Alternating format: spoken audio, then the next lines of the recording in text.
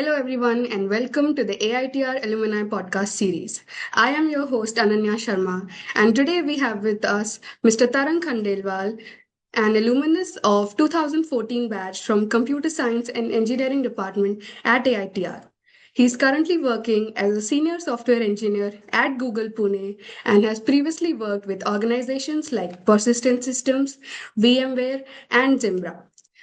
With expertise in technologies like Angular, Java, JavaScript, TypeScript, and GraphQL, his journey is truly inspiring for our students. Thank you so much for joining today, sir.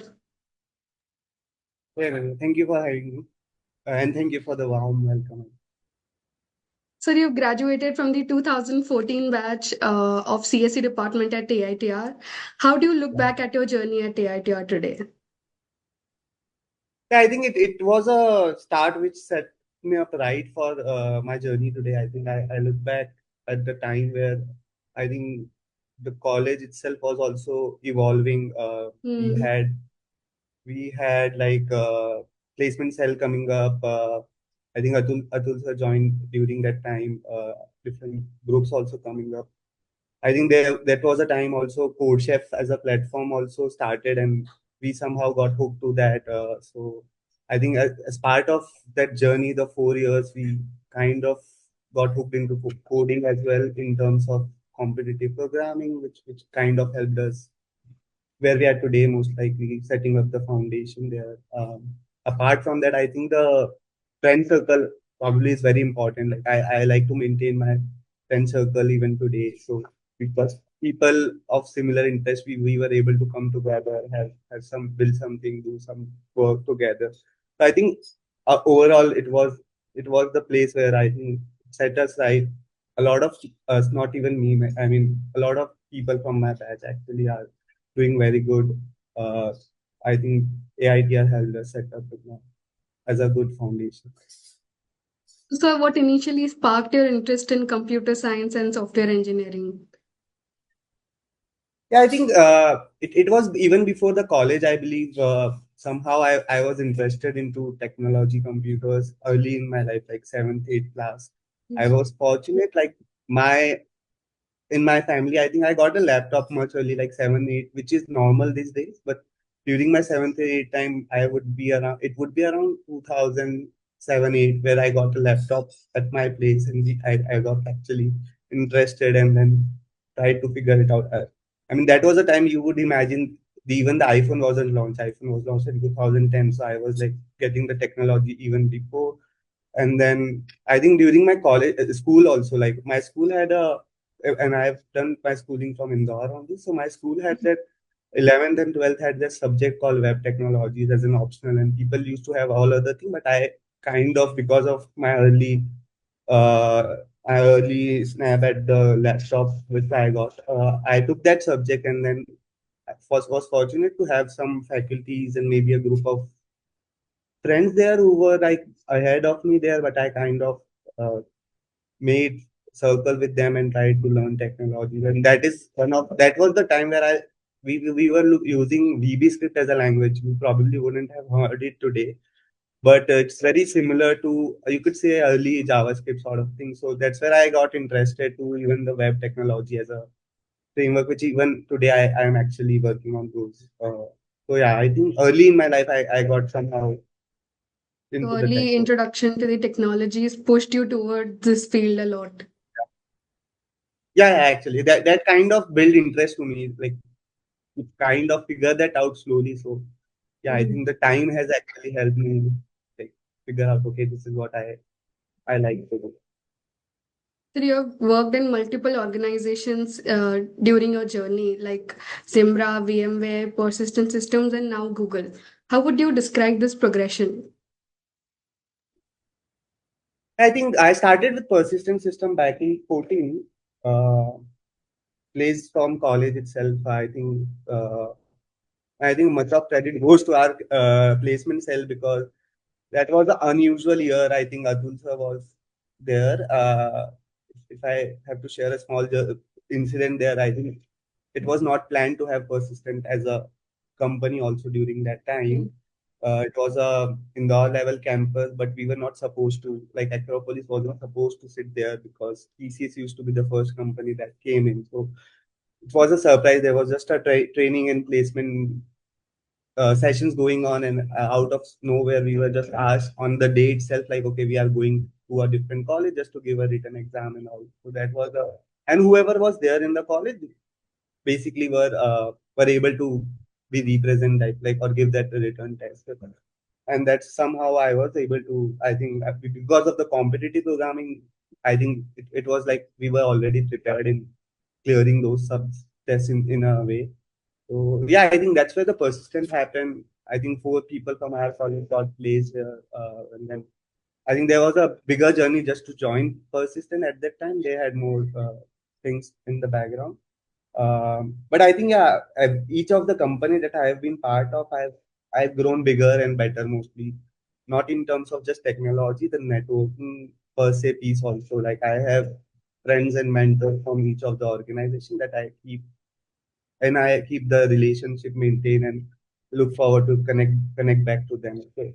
And as an individual also, I think I've grown from each of them. Like persistent, I was there for more than 1.5 years or so. And then Zimbra was a very different experience. Like Persistent is it's a bigger organization where you have to work through, let's say, or organization challenges as well, not even just a technical point of view. You have to actually, as a first company, you have to get work. Maybe you have to do whatever you are assigned to. You don't even actually have a choice. What is the work that you want to do?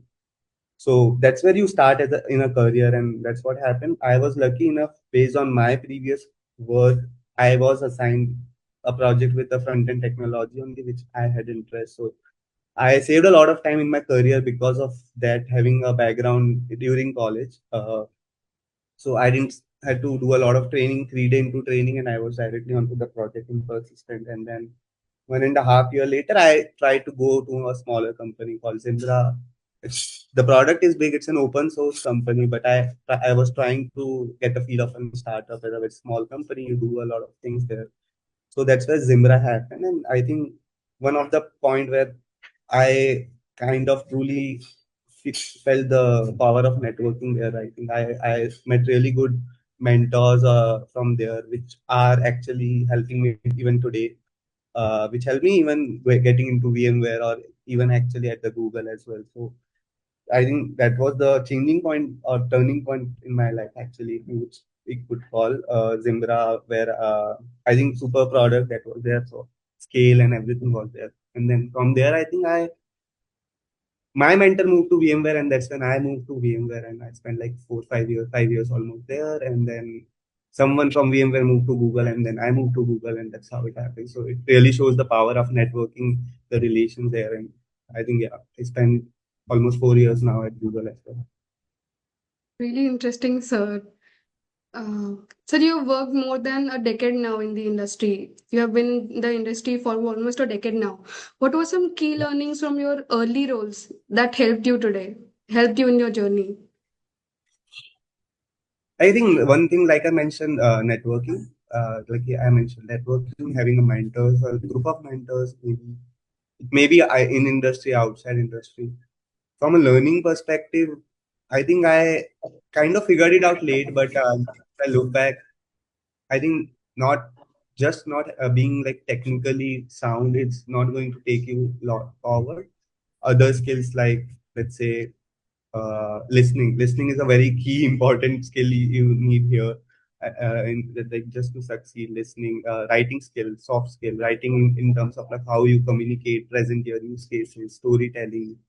uh, I think that those are very important skill, which I think during my college or early phases wasn't evident. Like naturally was like focused on like doing tech, mostly tech, but I think Mm. other skills are also equally important. At some time, maybe more important even in the today's world, like technological things. If you have basics clear, I think tooling today is very much advanced. Like with AI LLMs coming in, you could do things better. But if you can't communicate, if you can't plan, prioritize, I think you will be lagging behind. So I think those were my key learnings. I think which I realized, and I think now I'm focus more on those aspects as well, not even just the tech part of it. Sir, as now you're working at Google Pune, how does a typical day look like for you? What are the things that you do in a day? Yeah, I think that's a very good question. I think so. My roles have changed in Google also. Like I was doing Okay. core individual contributor in my early couple of years, and now last 1 year, I'm playing a team lead role. So roles look lit, little bit different. Like I'm doing much of less of coding, but more of reviews or design, those sort of things where I'm mentoring folks and all. So as of today, my typical day like looks like where I start like reviewing others' work, like maybe it may Mm. be a code or a design doc. So everything at Google or mostly bigger organization looks like where you write what you are trying to build, evaluate, review with other peers. So that kind of work where okay, I am reviewing someone else's proposals or design docs or reviews. I start my day there just to unblock others, and then we have something called daily stand up where we meet like for 15-20 minutes as a small group of my team, basically cross functional team is there, so we meet daily, just discuss like what we did yesterday, what are we planning to do today, and if there are any blockers. Just the three questions is what typically everyone tries to answer, keep it very short, like. So that's how it looks, just to keep up to date, like everyone is like moving forward. uh, and then I think a lot of my time goes into writing my designs itself. Like I am now responsible to look into future of my team, like what are some project that we can take in. It may be like a new feature, new product, or maybe performance improvement. It may be how do we leverage AI to do things faster, better, or maybe automated. So brainstorming, having those meetings, maybe one-on-ones with, let's say, architects or maybe product managers, those kind of things. A little bit of coding maybe towards the and just just like a higher level thing, maybe somewhere I'm working on a project also. So it's a mix of things, and then again towards the end, I try to do CL reviews just to unblock anyone else waiting on me. At times you have evening calls working with US team, so those sort of things happen. Some days you work with teams, other teams, just to make sure your teams are aligned, like having those updates. Mm. Okay, how you're planning to do. So those stakeholder meetings are also there. Typically, it's a mix of things. Some days are heavy, some days are light. But I think at a high level, this is what we do. Hope So this how helps. Okay, so how does working at Google differ from your previous organizations in terms of culture or engineering practices and everything? Yeah, I think Google actually is famous for culture. I feel engineering practice wise also. I think it's Google over the year has actually developed a lot of best practices or thing how we want to do things based on failures, learnings over the years. So I think from a cultural point of view, not even Google, I think every company has a culture where they actually over the years have figured out okay what works for them, what doesn't work for them. Particularly at Google, I think cultural wise, I think it's very open. I think it's designed in a way where we think of how to make things better for the world. If you look at the value system uh, or the culture that has been created or defined at a Google wide level, it's very focused on user. Like we have to do best for the user, how we can do it, that kind of thing. So I think culture is coming right from the top. I like very from one of the leaders. I think one of the best things they say is we look for anyone new coming to Google, right? They don't try to look at culture fit. Like they don't try to see if a person is able to fit in the culture, but they say we look at culture add. So everyone would bring in addition to what we have. So yeah, I think the mindset, thought process within the group or the leadership is to have a culture that increases, adapts, and I think diversity is what they actually focus on. Like they don't try to make people follow, but like adopt their culture as well. From a engineering perspective, also if you look at it, the culture is where it's a blameless sort of thing. Culture here, let's say if something goes wrong, we don't look for like who did wrong, what whose mistake was there. We don't look into those things. It's very at a very from a top level. It said we are to have a blame-based culture. We look at what went wrong, what could have done better, and what are the learnings we can take in future without even taking anyone's name. So that's a very structured process we have. Call it postmortem. I think it would be industry wide also, but at least at Google, the culture is great in terms of we try to look at how do we improve as a company or as a team or as an individual without like blaming, but trying to focus on how we can do better in future. So yeah, I think that is a gist of. Mm. That's a really interesting answer, sir. So, what skills, technical or non-technical, do you believe are most critical to succeed in industry today? Yeah, I think I would say technically one shouldn't be focused on a particular language. I mean, if we focus on learning basic computer science fundamentals, how things work, like not tie to a particular language, but maybe focus on how to make things. Maybe focus on like if let's say we have to build something, let's maybe starting from like what you want to build rather than thinking on what you know and then how can I use it. I think the focus, if we focus on things like this is what we want to build and then go from there, like what should we learn, what tools should I be learning or using. I think that is a mindset that probably should help in the today's world. Like I think looking at languages as a tool is a better way. Just and then figuring out okay how I can use this tool or maybe have another tool to do a particular thing. That is the mindset if we could have. I think technical languages and everything is just a secondary thing probably. With today's world, LLMs and all these, they are actually writing code for you. Everything is happening. It's just like you have to understand fundamental how things work, like how do we solve problem for large number of people. Like scale is a big thing, at least for me also in Google. Like how do we solve not for a particular set of users, but what happens if let's say you're building a mobile app, if there are 100 users, things work well, but what if there are 1 lakh users coming to your application? It should still work well, shouldn't be slow. So thinking of it, and there shouldn't be error coming in for those users. So I think thinking in terms of scale, reliability, performance, usability, I think those are the things people actually need to focus more rather than like okay I learn JavaScript or I learn Java. I think these are secondary, just tool medium to achieve what you want to build. I think so. Yeah, I think that's mostly I look at things. If you have to learn, that's okay. I think if one is able to learn and adapt, I think that is a more important skill rather than any particular thing. So, you worked extensively with Angular, Java, TypeScript, JavaScript, and GraphQL. Which of these technologies excites you the most and why? Yeah, I think you'll see a lot of these are purely front end technologies. There's Java. I know I started with Java and persistent, but obviously, like I got into Java because college is in our curriculum. You'll know. I hope it's the same today. Java is probably what we are taught, Java or maybe C++. And I know it's a very small curriculum, maybe a smaller subject, but then because of my probably school thing, I got hooked up to VB script and later on to JavaScript. So I like to say I love JavaScript is most as a language even today. Uh, and the ecosystem around it.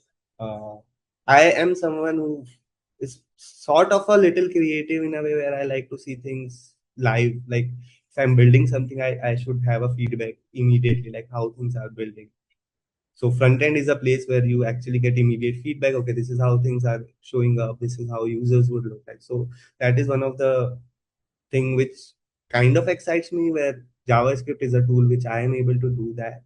CSS and HTML also. So that those a group of things, but primarily JavaScript. And even today, I think I am doing that only day in day out. I think that's my skill where I am having expertise around those only. And one of the other key reason also was I identified early during probably my Zimbra days where okay, JavaScript is something that is not going anywhere. So browsers just understand this single language.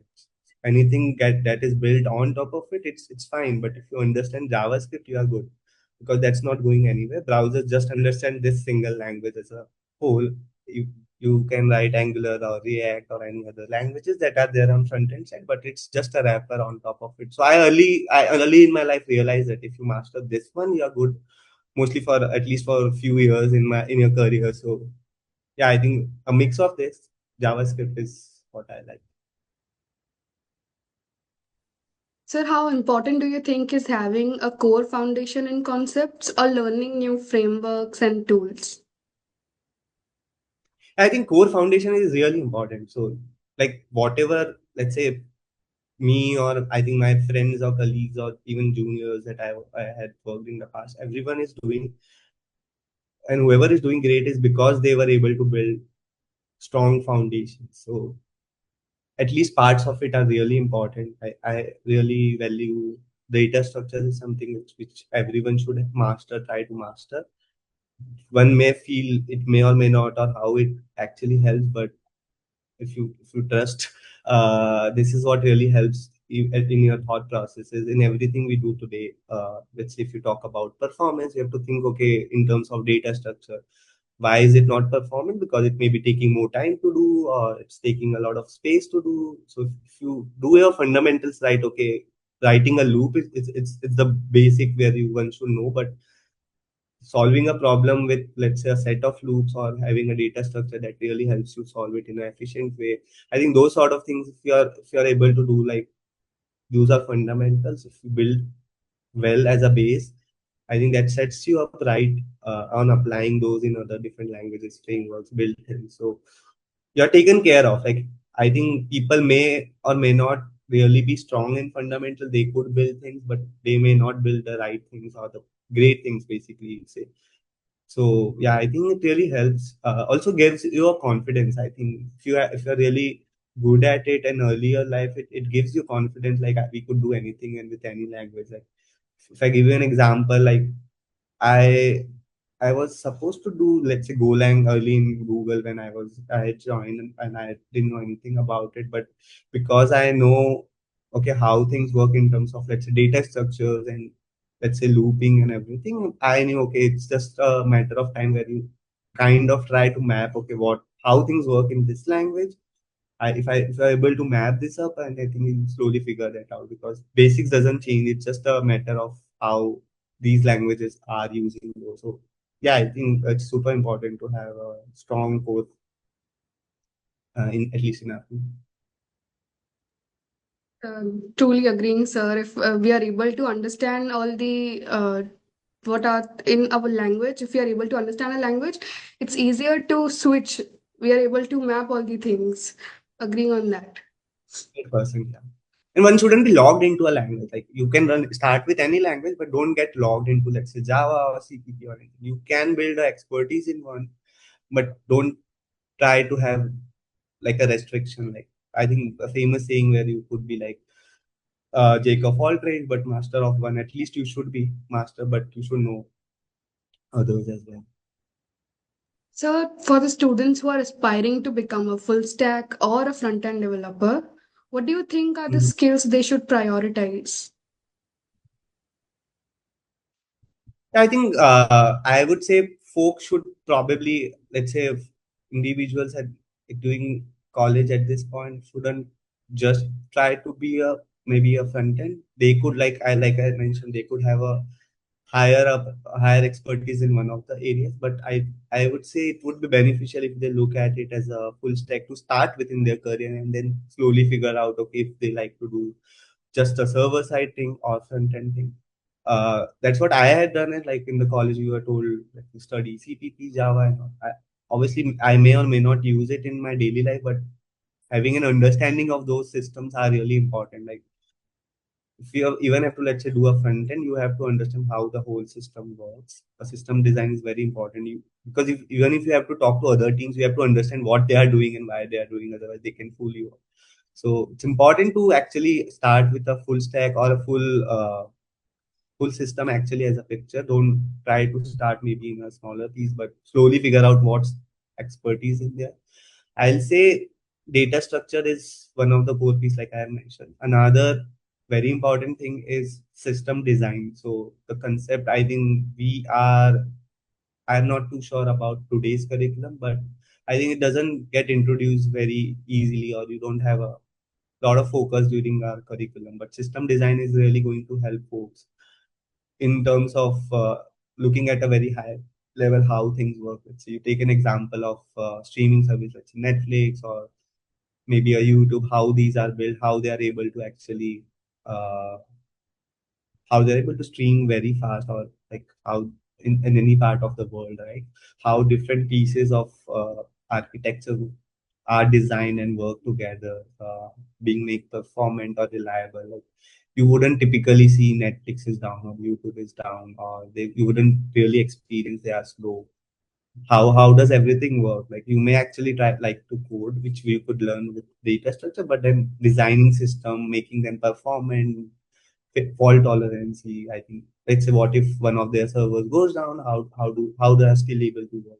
So I think if you are introduced to those thought process early in life, those would actually help really because these are the things people in senior roles look at or try to make.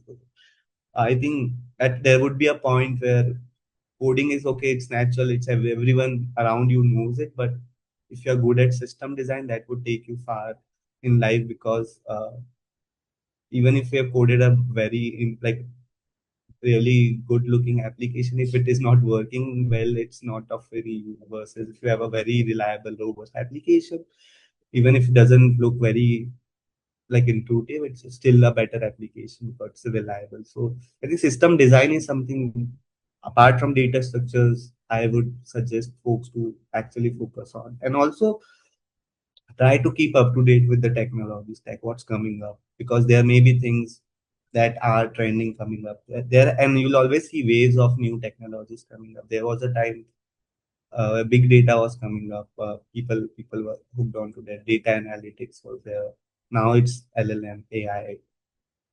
Now it's also AI, agentic AI, are obviously coming. So if you try to catch that early, I think that also is a good thing to have, like being up to date with the technology trends and how you can make it, like use it to do things, traditional things better using those. That is probably my suggestion. Sir, I want to know how did you tackle the data structures and the system design because those two come up as a nightmare to a lot of students. So I think system design, I'll probably answer that. That's most easier one. So I think during my college, I wasn't even focused or knowing, like I didn't had anyone who told me, okay, focus on system design. I kind of focused it much later in my life. I would say back in 2017 or something. That is where I was actually made aware, okay, this is also something which one should focus on. Uh, and I think there are a lot of material at this point available where I kind of I think it differs for individual, but they have to figure out what works for them in terms of learning. Like, do you want to learn through videos or course or maybe books? There are a lot of material. I'm sure you can figure that out. But I think uh, giving enough time actually, and then having that perseverance to actually go and understand and maybe spend a lot of time just to figure out things, because material is all there. It's about your interest, and then trying to find what works well for you in terms of learning. So for me, I spent a lot of time through YouTube videos that time, that back in 17, 18. If you ask me today, I'll probably not be able to do, because it feels like, okay, these are long videos. I could do it much faster. So for today, I think if you have a basic understanding, you could actually also, let's say, take a long YouTube video, go give it to Gemini or ChatGPT and say, okay, you summarize and help me. So I think you're at a time where you have LLMs available. I think superb tool in terms of learning, brainstorming. I use it a lot in my personal office life, personal life as well, like just to brainstorm, let's say. So see LLMs as a partner is a great way of learning as well. Like you brainstorm, okay, say, okay, imagine you are a tutor and I'm trying to explain system design, and you can work as a collaborative way. So that is a good way if you are a avid reader or somewhere. You could actually, there are a lot of books already there in system design. So it exists from the time computers were built. So there are a lot of materials there. System design is, and another interesting thing with system design is you don't have to master any language. It's mostly language agnostic. You just have to understand what all blocks you need and how they work. You don't have to actually code. You just have to understand how, what all you need in a system and how they'll interact and what are the problems that can come and how do you solve. You don't have to write anything. Just to understand how things work. While data structures needs a lot of work because it's about actual coding. You have to actually think, okay, how do you solve a problem? More like you need to be good at probably maths, even the tooling in terms of programming, either Python, Java, JavaScript, whatever. But you have to understand data structures very closely. I think for me, what worked well was, like I mentioned, competitive programming. If you do things like lead code or code chef, start slow. Uh, I think if you are hooked. I remember my time when we were doing code chef, there was competition called ACM ICPC. Also, we were preparing for that. I think we and I wasn't good at it earlier in my life. So I remember there were questions where I spent like a 3 day thing. I had to solve this. I was trying few things, multiple things. I think you could solve it, but it takes time to optimize it. These platforms are like they are very strict in terms of performance. You have to write really performant algorithm, and that's if you are hooked to it, you'll probably try finding out read, maybe try a different thing, and that's where slowly you figure out, okay, how you are. You'll not probably realize, but you'll get better at data structure just because of solving those problems. So I would say if anyone looking to have a better data structures, I think things like competitive programming is something they should start with easy difficulty, and then slowly move on to medium or hard also. I also used to do like Google Code Jam back in time. I think it's stopped now, but there was this competition around coding from Google also, which was really tough. I think I could only clear a couple of rounds mostly, but I think it typically brings you in the mindset where, okay, you have to solve this. People from around the world are trying to do something, so there's this competitiveness also, and then slowly you will get better at it. Uh, yeah, and it also, if you have a good, I think it depends, but I think I was lucky to have a good faculty for data structure specifically back in college, so I think that also helped at least with the basics for us. Sir, how important has networking and alumni mentorship helped you in your journey? Yeah, I think I'm glad you have this session now.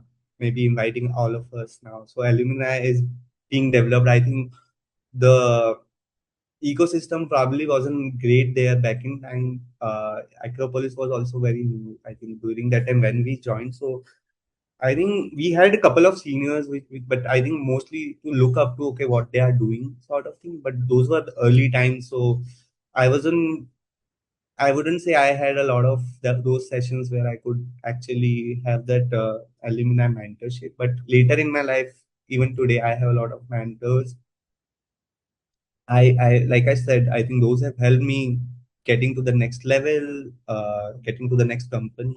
Even today, I am like I'm talking to folks regularly, like what are they doing, how are things at their place.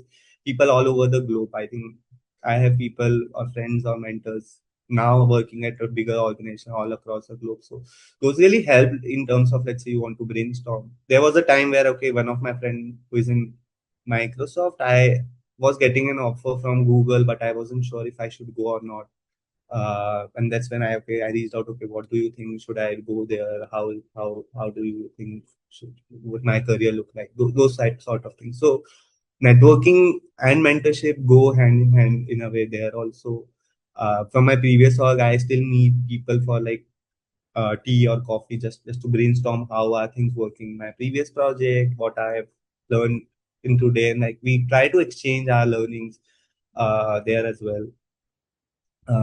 I think I was also, I don't know if you guys know, but I have actually contributed in terms of patent also, and then mentorship actually helped. I've got few patents approved there, but it was a big role. of networking there. So because I was open to network, I could actually, I wasn't hesitant to reach out to my seniors at a higher level and kind of try to build a network, virtual network within my organization, a side product, trying to brainstorm and things like that.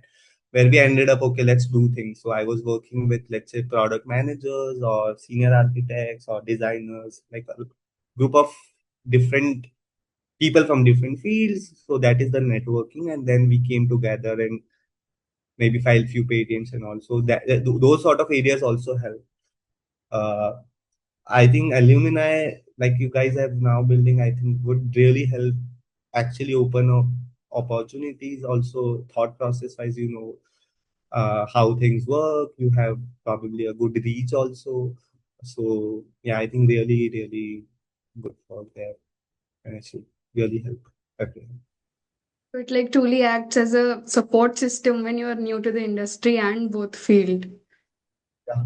And it's for life actually. You'll see it contributes massively to your growth. So it's not a one-time thing. If you have to maintain that networking or mentorship, because frankly speaking, everyone have a mentor. You would imagine people at very high level, directors or technically, they all have mentors from somewhere because they have started from bottom, then moved to top. But I think I've spoken to a lot of people. Everyone values mentorship massively, and I think because it gives you a diverse perception also, like how you should handle situations, how you should like tough choices in your careers. Like people need a second opinion or a third opinion or anything. So it's always great to have a group of mentors and then actively and engaging with them really helps you throughout your careers. So we'll now move quickly to a rapid fire round, sir. Um, Okay. One programming concept every computer science student must master. I'd say data structures. Like we discussed, it's a Hmm. core, so data structures. One technology trend that excites you the most today. I think LLMs.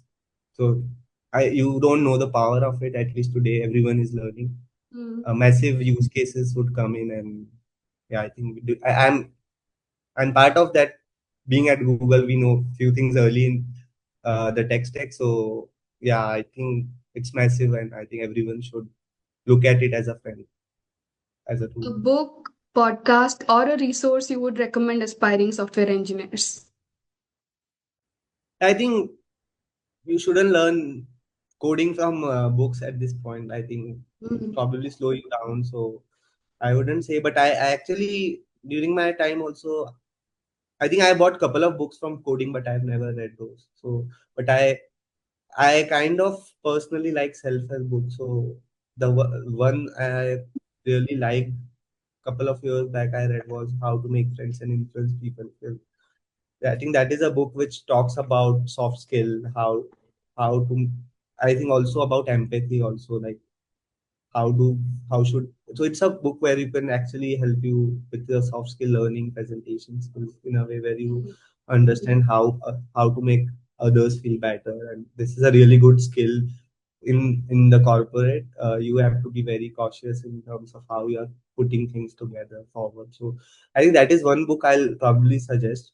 uh, from a resource perspective, podcast, I think not even a podcast, but I really kind of try to follow Steve Jobs. One of his famous speeches from the Stanford, I would highly recommend people to go and just have a read. I think it's small, 14-15 minutes, but it's really motivating enough in a way where you would probably have to go back again and look at it. I think real good summary from Steve Jobs there.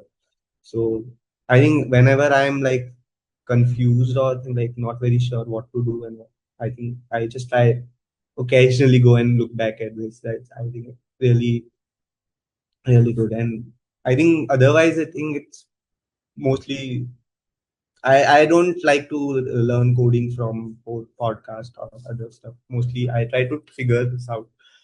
It's about it's not, I mean, if you are motivated enough yourself, you don't need anything else actually to.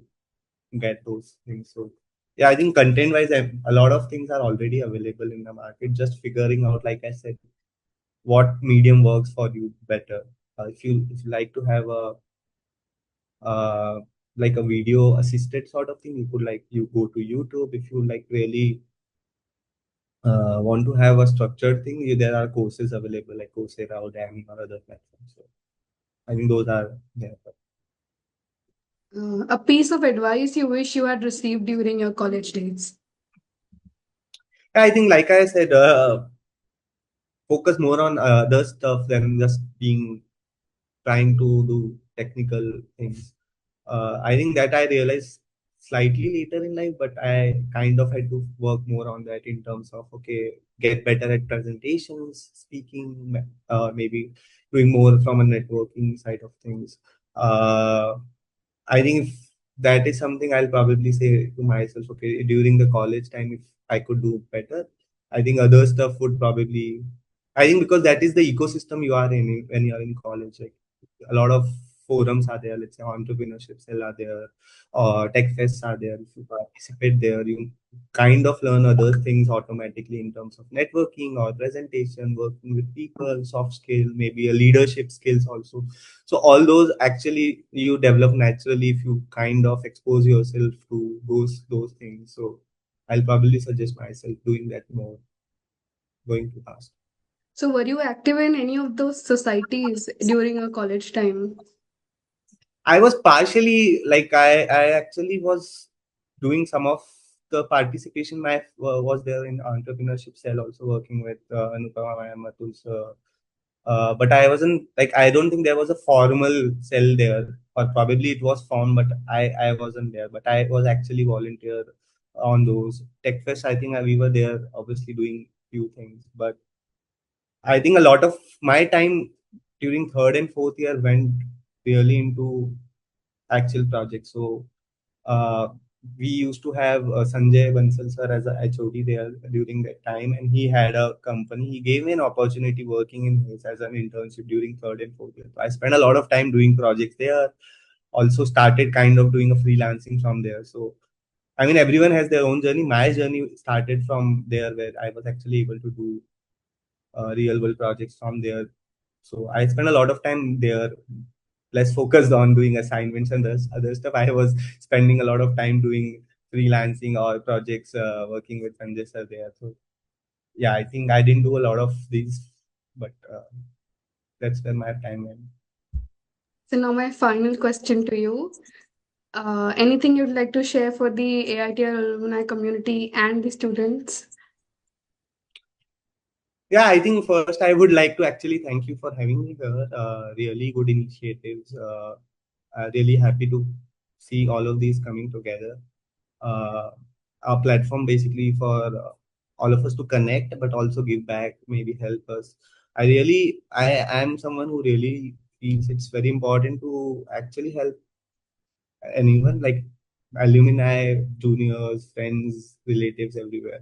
I like to share my learning because whatever I, let's say, as an individual, I have learned hard way, I would like to have it available as a start to everyone, so they don't have to figure it out later. So really important, really happy I was able to actually share. But I think that's me. I actually do that generally also during my course, anywhere in my organizations, or just talking to folks. So, but as in suggestion, I would say for all of you at AITR, I think I'll say uh, I think make good friend circle. I think it's very important. It's going to live with you throughout your life. I think, and I think the networking or circle you make here also for focus on everything, not just like on careers and placement. I think that's important, but also try to make a good bond together, have fun, have good conversations also in terms of okay, what we want to do. Maybe come together, think of like doing things early in life. Don't go in a structured way. Okay, we'll go in office and then try to do something, figure our way out. Try to see if you can shift left all of this. Maybe if you have ideas, I think fail fast. You could build things very easily now. uh, Internet is a very small place now. You could actually and I think you would already be doing it, but if you have ideas, maybe work come together as a group. If you don't have an expertise, maybe someone on the other branch or other class who would have an expertise, maybe come together, have those boundaries group, try to build things. Don't be limited from a technology expertise. I think if you would have ideas, come together, think how to make it out, find ways. I think you'll be able to do that. You don't have to be limited at this today's world. Uh, there are tools which can build you apps, anything and everything. It's just about following ideas, not giving up. I think a lot of things, even including me, I think earlier in life, I think we started something but don't try to get a closure. Like somewhere in time we get lose our focus and doesn't take things to the logical focus, and that probably stops you. So one thing I kind of do now is if I have any ideas coming up throughout my day, I try to just write it down. So no idea is very small. Just put it there, discuss with your friends, maybe figure out if you can do something together. It may not be even uh, like a technology focused thing. It could be anything else also. So I think that this is your time where you try to do all those other things also. Maybe fail fast, take learning, and then I think at some point in your life you'll realize, okay, these things have actually helped and shaped you better. So I'll just suggest I'll end with this. Thank you so much, sir. It So was much it was. to know your experiences learning. And it has been a wonderful and insightful conversation with you. I'm sure our students and the alumni will definitely find this conversation interesting and take a lot away from this. On behalf of the AITR Alumni Cell, I thank you for your time and for being connected with us even today. Thank you Thank you so to much. everyone. Yeah. Thank you to everyone for listening to the AITR podcast series. Thank you.